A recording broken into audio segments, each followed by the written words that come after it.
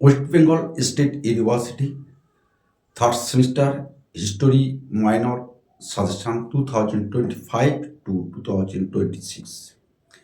আজকে আমরা পশ্চিমবঙ্গ রাষ্ট্রীয় বিশ্ববিদ্যালয়ের তৃতীয় সেমিস্টারের ইতিহাস মাইনরের সাজেশন আমরা প্রকাশ করতে চলেছি শেষের কবিতা পাঠ কেন্দ্রের পক্ষ থেকে, শেষের কবিতা সুন্দরবন ইউটিউব চ্যানেলে।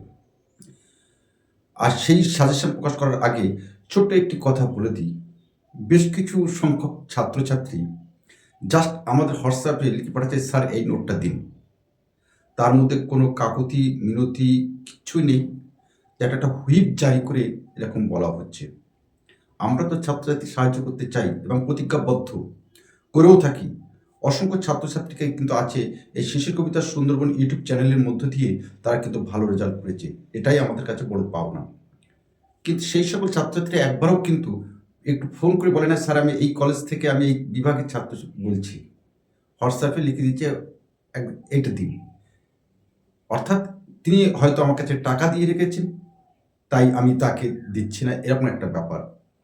সোশ্যাল মিডিয়ার কোনো ছাত্রছাত্রী যারা আমরা অনলাইনে এইসব পরীক্ষার জন্য আমাদের কাছ থেকে ইনফরমেশন সংগ্রহ করেন বা নোটস আমরা দিয়ে দিই, একটি ছাত্রগুলো শেষের কবিতা সুন্দরবন ইউটিউব চ্যানেলের পক্ষ থেকে টাকা নিয়ে নোট দেওয়া হয়, তাহলে সেদিনই আমরা এটা শেষ করব।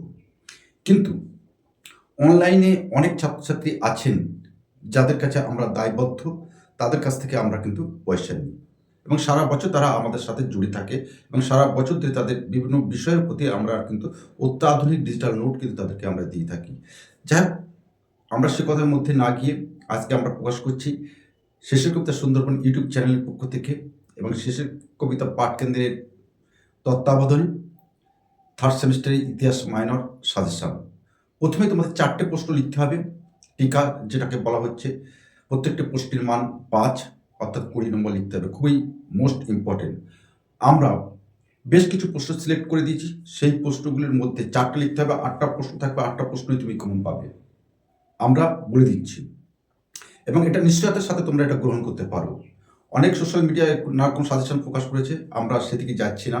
কারণ একটা জিনিস মনে রাখবে, ভিউজ টানার জন্যে কিন্তু, টিআরপি নেওয়ার জন্যে কিন্তু আমাদের এই চ্যানেল নয়। এই চ্যানেলটি হচ্ছে যারা শেষের কবিতা সুন্দরবন ইউটিউব চ্যানেলে এবং এডুকেশনকে তারা ভালোবাসে, শ্রদ্ধা করে, তাদের জন্য কিন্তু আমাদের এই চ্যানেল। যে চ্যানেলের মধ্য দিয়ে ওয়েস্ট বেঙ্গল স্টেট ইউনিভার্সিটির 17টি college, Calcutta University, Vidyasagar University, Presidency University এবং আমাদের পার্শ্ববর্তী রাষ্ট্র বাংলাদেশে কিন্তু অসংখ্য শিক্ষানুরোগ্য ব্যক্তি এই বৃহৎ শেষের কবিতা সুন্দরবন ইউটিউব চ্যানেলের পরিবারের সঙ্গে তারা যুক্ত আছে। এক দাগের যে প্রশ্নটা তোমাদের পড়বে, ইকতা ব্যবস্থার রাজনৈতিক গুরুত্ব আলোচনা করো। মোস্ট ইম্পর্টেন্ট, ইকতা ব্যবস্থার রাজনৈতিক গুরুত্ব আলোচনা করো। 2, মোহাম্মদ বিন তুগলকের দুটি পরিকল্পনার মূল্যায়ন করো। মোহাম্মদ বিন তুগলকের দুটি পরিকল্পনা মূল্যায়ন করো। ভারতের ইতিহাসে 1707 সালের তাৎপর্য আলোচনা করো। ভারতের ইতিহাসে 1707 সালের গুরুত্ব আলোচনা করো বা তাৎপর্য আলোচনা করো। সুলতান রেজিয়া কে ছিলেন আলোচনা করো। প্রত্যেকটা প্রশ্ন কিন্তু 5 নম্বরের। দিল্লির সুলতানি সাম্রাজ্যের পতনের কারণগুলি কী কী ছিল? দিল্লি সুলতানি সাম্রাজ্যের পতনের কারণগুলি কী কী ছিল আলোচনা করো। দিন ইলাহি আকবরের বলতে তুমি কি বোঝো? অর্থাৎ দিন ইলাহি সম্পর্কে তোমাকে দীর্ঘ একটি প্রবন্ধ লিখতে হবে, যার মান 5। এই প্রশ্নটা কিন্তু খুবই মোস্ট ইম্পর্টেন্ট। দিল্লির সুলতানি সাম্রাজ্যের পতনের জন্য ফিরোজ শাহ কতখানি দায়ী ছিলেন? এই প্রশ্নটা একটু বড়, অথবা 5 দাগের, এই 5 নম্বরে কিন্তু আসবে। 10 নম্বরে কিংবা 5 নম্বরে অবশ্যই কিন্তু এই প্রশ্নটা থাকছে।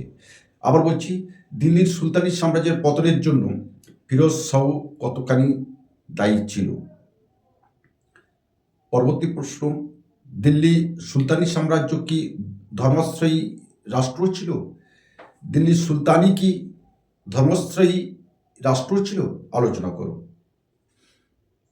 শাহজাহানের মধ্য এশিয়া নীতিগুলি মূল্যায়ন করো। দেখে যাবে প্রশ্নটা, শাহজাহানের মধ্য এশীয় নীতিগুলি মূল্যায়ন করো। পরবর্তী প্রশ্ন, শের শাহের রাজত্বকালের গুরুত্ব এবং শিবাজী শাসনকালে মারাঠা শক্তির প্রকৃতি আলোচনা করো। শিবাজীর শাসনকালে মারাঠা শাসন ব্যবস্থার প্রকৃতি আলোচনা করো। আর দেখে যাবে যে প্রশ্নগুলো, ভক্তি আন্দোলন কি, ভারতীয় সমাজে এর প্রভাব আলোচনা করো। এটা 5 নম্বরের অথবা 10 নম্বরে আসবে। সর্বশেষ যে প্রশ্নটা, খলজি বিপ্লব বলতে কি বোঝো, খলজি বিপ্লব বলতে কি বোঝো অথবা খলজি বিপ্লবের প্রধান গুরুত্ব লেখো। সর্বশেষ যে প্রশ্নটা তোমরা দেখে যাবে, ঔরঙ্গজেবের দাক্ষিণাত্য নীতি আলোচনা করো। এটা ছিল তোমাদের 5 নম্বরের প্রশ্ন। আমরা প্রত্যেকটা প্রশ্ন স্ক্রিনে আমরা লিখে দেবো, তোমরা খাতা তুলে নেবে, সেইভাবে প্রস্তুতি নেবে। আর কোনো প্রশ্নের যদি সমস্যা হয় তাহলে আমাদেরকে জানাবে অথবা ফোন করবে।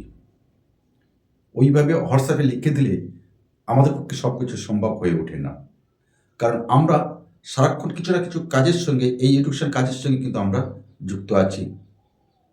এই সকাল এখন 7টা বাজে, এখান থেকে রাত 11টা পর্যন্ত কিন্তু আমরা ঠিক এই শিক্ষা জিনিসটা নিয়েই আমরা কিন্তু থাকি। সুতরাং হোয়াটসঅ্যাপে তুমি কখন কি লিখে দিলে সেটা কখন আমি দেখছি, কখনো সেটাকে আবার মুছে যাচ্ছে, এটা করে কিন্তু সমস্যা আমাদেরকে কিন্তু আমরা পেরে উঠি না। এবার আমরা আলোচনা করব খ বিভাগ, যেখানে তোমাদের 3টি প্রশ্ন লিখতে হয়, 6টি প্রশ্ন থাকে, প্রত্যেকটি প্রশ্নের মান কিন্তু 10। এখানে আমরা বলে দিচ্ছি প্রত্যেকটা প্রশ্ন 6টা প্রশ্নই তোমরা কমন পাবে। আমাদের বিগত দিনের যে ইতিহাস, যা অভিজ্ঞতা, সেই অভিজ্ঞতাকে কাজে লাগিয়ে আমরা বিভাগ খ অর্থাৎ 10 নম্বর প্রশ্নপত্রের আমরা কিন্তু আলোচনা করে দিচ্ছি। প্রথম প্রশ্ন, মোস্ট ইম্পর্টেন্ট প্রশ্ন, পরীক্ষায় আসছেই। দিল্লির সুলতানের সংহতি সাধনে গিয়াসুদ্দিন বলবানের ভূমিকা আলোচনা করো। দিল্লির সুলতানি শাসনে সংহতি সাধনে গিয়াসুদ্দিন বলবানের ভূমিকা আলোচনা করো। 2, মোহাম্মদ বিন তুগলকের সংস্কারগুলি বা অনুসৃত নীতিগুলি মূল্যায়ন করো। মোহাম্মদ বিন তুগলকের সংস্কারগুলি বা অনুসৃত নীতিগুলি মূল্যায়ন করো। মোস্ট ইম্পর্টেন্ট দুটোই। 3 নম্বর, দিল্লির সুলতানি সাম্রাজ্য প্রতিষ্ঠায় ইলতুৎমিশের ভূমিকার মূল্যায়ন করো। এই 3টি প্রশ্ন বললাম, 3টি প্রশ্নের মধ্যে 2টো প্রশ্ন অবশ্যই আসছে। আকবর থেকে ঔরঙ্গজেব পর্যন্ত মনসবদারি প্রথার বিবর্তনের ইতিহাসটি লেখো। আকবর থেকে ঔরঙ্গজেব পর্যন্ত মনসবদারি প্রথার বিবর্তনের ইতিহাসটি লেখো। অন্য আরেকটি যে প্রশ্নটা 3 স্টার্স আমরা দিয়ে রেখেছি, সেই প্রশ্নটা হলো, মধ্যযুগের ভারতের সাংস্কৃতিক জীবনে সুফি আন্দোলন কিভাবে প্রভাবিত করেছিল আলোচনা করো। সুফি আন্দোলন কিন্তু পরীক্ষায় আসবে। অপর 3 স্টার্স কোশ্চেন, মুঘল অর্থনীতির ওপর একটি প্রবন্ধ লেখো। এটা কিন্তু 5 নম্বর অথবা 10 নম্বরে তোমাদের আসবে। আর যেটি মোস্ট ইম্পর্টেন্ট পরীক্ষা আসবেই, 1526 থেকে 1556 অব্দ পর্যন্ত, 1526 থেকে 1556 অব্দ পর্যন্ত মুঘল আফগান দ্বন্দ্বের ইতিহাসটি লেখো। 1526 থেকে 1556 অব্দ পর্যন্ত মুঘল আফগান যুদ্ধের বা দ্বন্দ্বের ইতিহাসটি লেখো। একজন সংস্কারক হিসাবে শের শাহের কৃতিত্ব আলোচনা করো। একজন সংস্কারক হিসাবে শের শাহের কৃতিত্ব আলোচনা করো। শের শাহের শাসন ব্যবস্থায় সংক্ষিপ্ত মূল্যায়ন করে। শের শাহ থেকে কিন্তু একটা প্রশ্ন আসবে। শিবাজির নেতৃত্বে মারাঠাদের উত্থান আলোচনা করো। সর্বশেষ যে প্রশ্নটা ইম্পর্টেন্ট, 5 অথবা 10 নম্বরে আসবে, দ্রব্যমূল্য নিয়ন্ত্রণে আলাউদ্দিন খলজি কি কি ব্যবস্থা গ্রহণ করেছিলেন আলোচনা করো। দ্রব্যমূল্য নিয়ন্ত্রণে আলাউদ্দিন খলজি কি কি ব্যবস্থা গ্রহণ করেছিলেন আলোচনা করো। এই প্রশ্নটা আমরা 2 স্টার্স দিয়ে রেখেছি, অবশ্যই দেখে যাবে। আশা করছি এই প্রশ্নগুলো করলে খ বিভাগের 6টি প্রশ্নই তোমরা কমন পাবে এবং ক বিভাগে যে টিকা বলেছি, যা সাধারণত আমাদের ছাত্রছাত্রীরা কমন পায় না, আমরা বলে দিচ্ছি কমন তুমি পাবেই। আর পরীক্ষার পরে তোমরা অবশ্যই আমাদের কমেন্টস বক্সে বা হোয়াটসঅ্যাপে জানিয়ে দেবে যে কমন পেলে কি না। আজকে আমরা প্রকাশ করলাম West Bengal State university national education policy অনুসারে হিস্টোরি মাইনর সিলেবাসের অন্তর্গত ইতিহাস সাজেশন 2025-26 শিক্ষাবর্ষের 100% কাজে লাগবে এবং কমন আসবে এই নিশ্চয়তা দিয়ে সকলকে আবার আমার অভিনন্দন জানিয়ে আমরা আজকের ভিডিওটি এখানে শেষ করছি। যদি কোনো প্রশ্নের কোনো সমস্যা হয়, স্পেসিফিক সেই প্রশ্নটা আমাদের হোয়াটসঅ্যাপে লিখে দিয়ে আমাদেরকে ফোন করবে। আমরা কথা দিচ্ছি তোমাকে, আমরা ডিজিটাল নোট অত্যাধুনিক, একদম অত্যাধুনিক নোটস তোমাকে আমরা দেব। এই প্রতিজ্ঞা, এই প্রতিশ্রুতি দিয়ে আজ আমরা এখানে রাখছি। আবার কোনো একটি সময়ে তোমাদের সাথে নিশ্চয়ই আমার অর্থাৎ শেষের কবিতা সুন্দরবনের যিনি কর্ণধার দেখা হবে। নমস্কার।